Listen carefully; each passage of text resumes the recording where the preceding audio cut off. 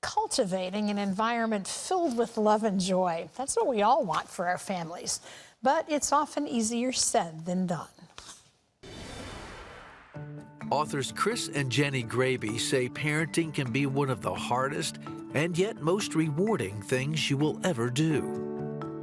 With 5 children of their own, they understand the hard work and intentionality it requires to build a thriving family life. In their book, The Rhythm of Home, Chris and Jenni offer tips and strategies to help you navigate the challenges of parenting and create a healthy culture in your home.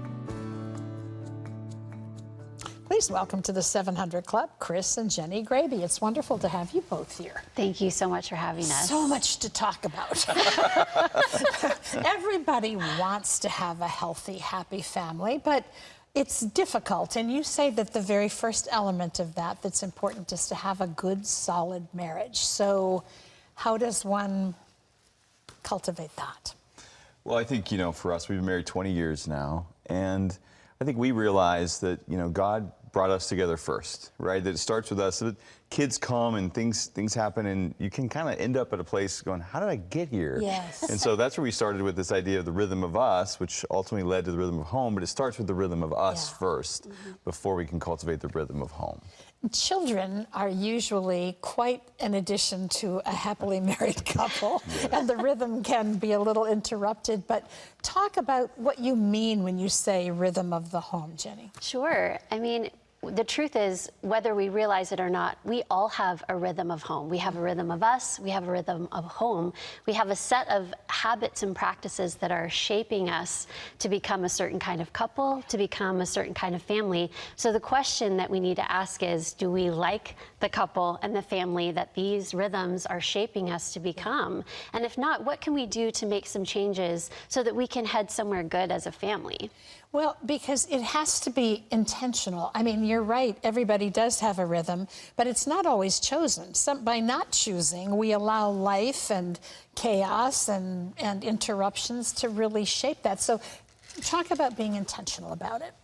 Yeah, oftentimes people, you say, hey, like it or not, you're in some sort of rhythm. Yes. Are you either in rhythm or out of rhythm? And people can quickly go, oh, I know where we're out of rhythm. And so inside of the book, we talk about these 5 rhythms that you can practically kind of walk through as a family. The rhythm of speaking life, the rhythm of serving, of slowing down, seeking adventure together as a family. That's something that maybe is a little lost in our days, like adventuring together, and the rhythm of awe. And it doesn't mean you have to tackle all 5, but I think as a husband and wife, you can go, this is a rhythm that we can work on right now in our family. Here's an easy, practical way. And so we're trying to help couples and families enjoy their time together, be intentional about what they're doing, and kind of move forward with the vision that they have, that God's given them for their life and their marriage. Because family is a gift. We're supposed to enjoy it.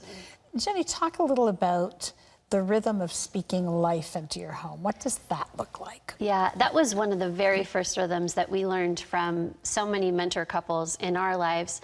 And it's really this idea that the words that we choose to speak, both to each other and to our kids and in front of our kids about each other, it creates the culture of our home. It creates the culture between us. Just like God used words to create the world, He gives us the ability to create the world that we live in by the words that we speak, whether we're speaking blessings or cursings with our words. So it's really important to start with looking at our words, taking an inventory of what's coming out of my mouth, and Do you choosing. talk to each other about this in between events? All the time. Absolutely. Chris is the king of this rhythm. He is so good at speaking words of life. It just comes out of him naturally. And it's really something I've had to learn because when we first got married, it just wasn't natural for me to speak words out loud. I was thinking a lot of nice things. I just wasn't in the habit of speaking them out loud. Yeah. And it was something I really learned from him. So you have 5 children. Yes, ma'am. We sure do. Some people are going, Yeah, that's what we're doing. That's what we do. I don't doubt that. Wow. You talk about the rhythm of slowing down, of taking life at a pace that you set. With 5 children, what are some of the challenges and how do you manage that? Well, I think, you know, we all can even feel this in our society with social media and activities and school. It's just, you're like, oh my gosh, you sit down at the end of the night and you go, I'm done. Yes. I'm tired, I'm done, or whatever. So you have to be intentional about it, to go in a fast-paced world, to go, how are we gonna slow down?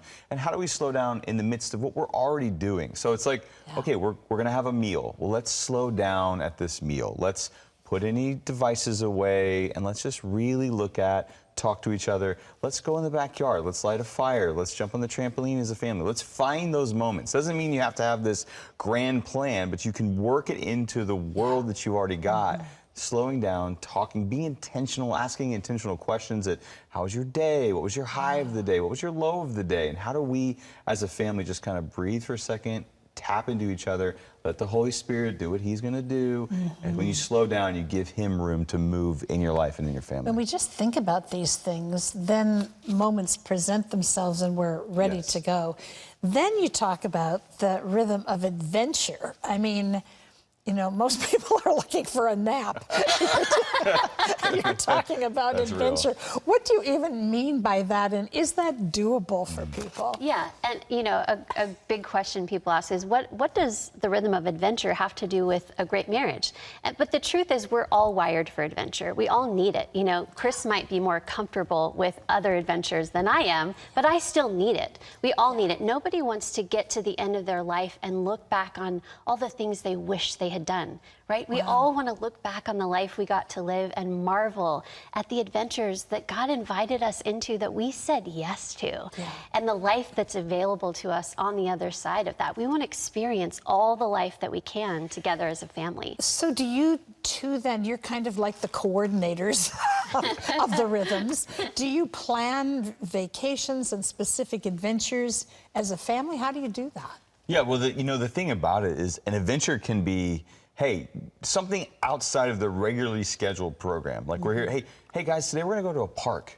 And so that's in the everyday context of it. But yeah, when we go on trips and vacations, we know not everybody can do that. We had seasons where it's like, hey, our vacation is to the park around the corner. That's all we got from finances and whatnot. But as you grow and you take trips, you go, okay, every single kid's wired differently, and every kid's wired differently for adventure. You go, okay, how do we work this in? So we took our kids to the lake this summer, and some of them were on kayaks, and the older ones were on jet skis. And so we're like, how does this adventure work for all of us? And it just, you want to tap into that where they're stepping out and outside of maybe their comfort zone a little bit, but we're all having fun together and making those core memories that we can all look back on years from now. Do you guys ever get tired? Every day. Never. I'm getting tired just thinking about this. Oh, no. Yeah. Well, luckily we don't have any in diapers anymore. I think It makes a difference. We did that It for really like does. 15 years, so that's over. 15 years of diapers. Talk a little bit about the rhythm of awe, wonder, because there's so much in life that we should have that about, and it's so easy to just slide right by it. How do you give that to your children?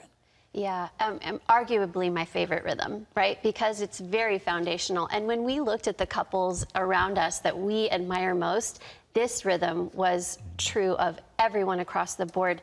They just carry with them this foundational sense of, I can't believe I get to do this. I get to wake up to this guy every day. I get to live down the hall from these 5 beautiful kids. You carry with you this sense of wonder and awe and gratitude for the life that you've been given, and it transforms the way that you interact with your family. It really does. So where do most of us go wrong? Oh, I think, look, I think we are all trying to do the best we possibly can. Yeah. And I think when we take the pressure off of ourselves and we know, hey, look, perfection's unattainable, right? Christ was the only perfect human to ever walk this planet, right? And that if we look up and go, but as long as we take a next step to say, hey, you know what?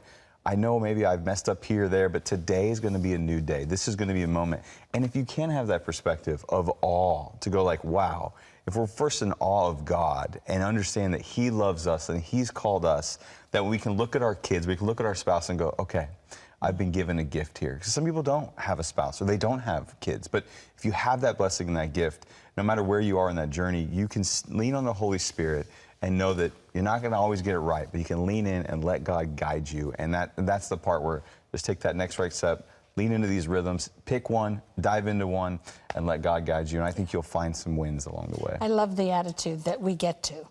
You know, we don't have to be pawns in the game. We get to choose 100%. how we're going to live, what we're going to do. That's what the book's about, the rhythm of home. If you're a parent, I know that you want to make it all count for your children as well, and how you do it as a couple has everything to do with what you give to them. The book is available wherever books are sold. Chris and Jenni, thank you. Sound advice. Thanks for Thank you having so us. much. Great to have you here.